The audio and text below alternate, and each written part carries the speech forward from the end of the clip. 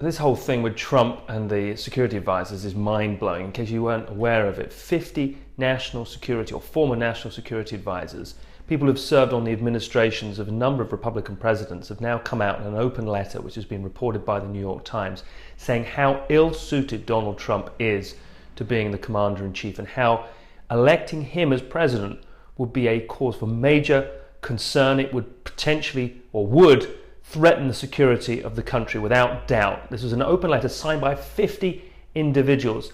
I'm going to read just a couple of excerpts from the letter, just to give you a sense of some of it.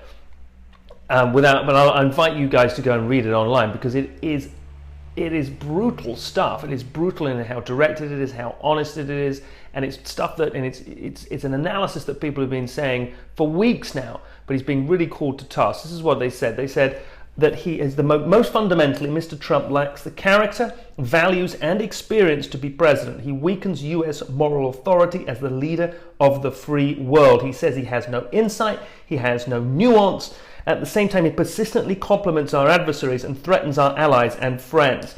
That's really at the heart of a lot of this, is this whole situation with him with regards to Russia and the fact that he's seeing as cozying up against Russia. What they've said is that they, as a consequence of this, these 50 individuals are not going to vote for Donald Trump. It doesn't mean that they're going to therefore vote for Hillary Clinton.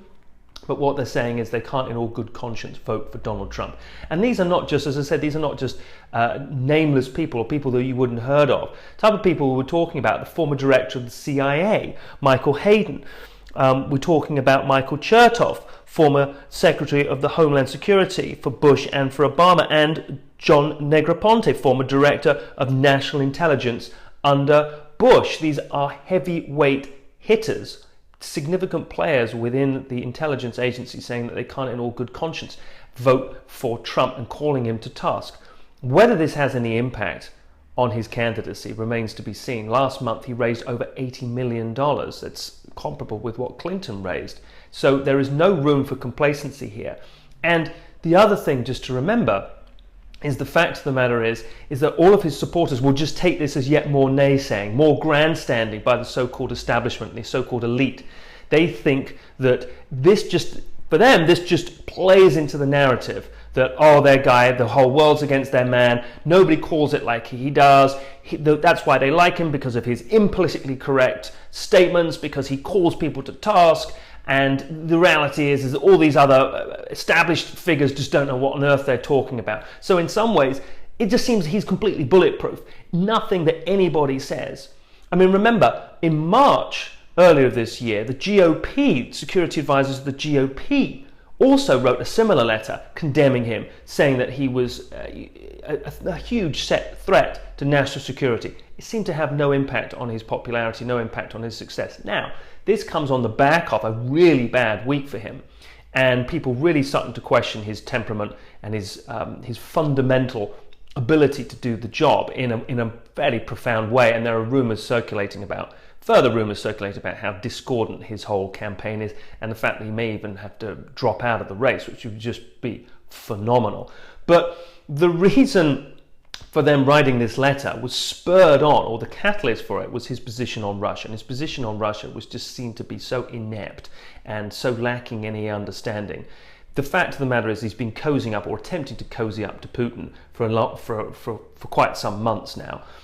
Remember the comments that he made during an ABC interview the other week, when he was saying, Putin would never invade Ukraine. He's not going to invade. He just would not invade Ukraine. And then it was pointed out to him that in 2014, that's exactly what Putin did. He invaded Crimea and annexed Crimea and rearranged, or not sought to, and unilaterally rearranged the borders that had been established for over 23 years when Ukraine was given independence.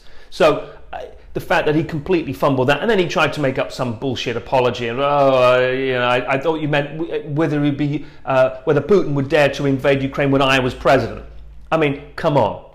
But more troubling than any of this, and something that the mainstream media has not focused on at all, is the links between Russia and Trump and the Trump campaign. Paul Manafort, as we know, Paul Manafort is the campaign director. He has had a lot of links. He had a lot of links with Ukraine, and he's had links with former Ukrainian and pro-Russian, former Ukrainian president, pro-Russian operator Yanukovych. There's also this other character, Frank Mahmoud. Now, Frank Mahmoud was a former State Department official involved in business ventures in Ukraine via Cub Energy, which is a Black Sea-focused oil and gas company of which he is a director. Now, the main thrust of all of this, as you have to remember, is that the GOP has as part of its platform, for the first time has taken an anti-Ukrainian position. The anti-Ukrainian position is that they have said that they will not, and this is at Trump's behest, they will no longer fund arms and no longer supply arms to pro-Ukrainian militia or rebels who are fighting against the pro-Russian forces. So essentially, they're taking a side. The GOP, thanks to Trump, are now taking a side. And this is at the behest of what Republican strategists think and at the behest of clearly what Washington thinks and all right-minded people are thinking. They are taking a pro-Russian, anti-Ukrainian stance through their platform. And that's something that nobody has really picked up on. But you add into that all of the noises that he's made about cozying up to Putin, and it becomes extremely, profoundly troubling. So I see this letter as being a wonderful piece of news, and seeing this open letter as being fantastically provocative, but I really don't know if it's going to have any impact. I don't think his supporters are anti-Hillary Clinton as much as they are pro-Trump, and they think that she is just as untrustworthy, just as duplicitous, and just as incompetent in terms of foreign policy.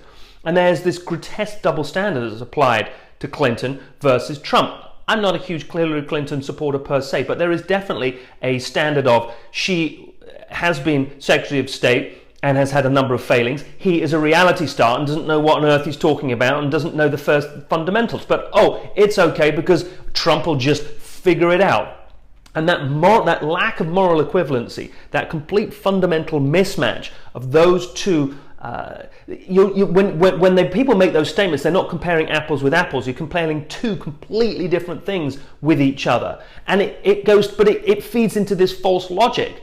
And so I don't know whether this letter, my point being is I don't know whether this letter will have any impact whatsoever on his supporters.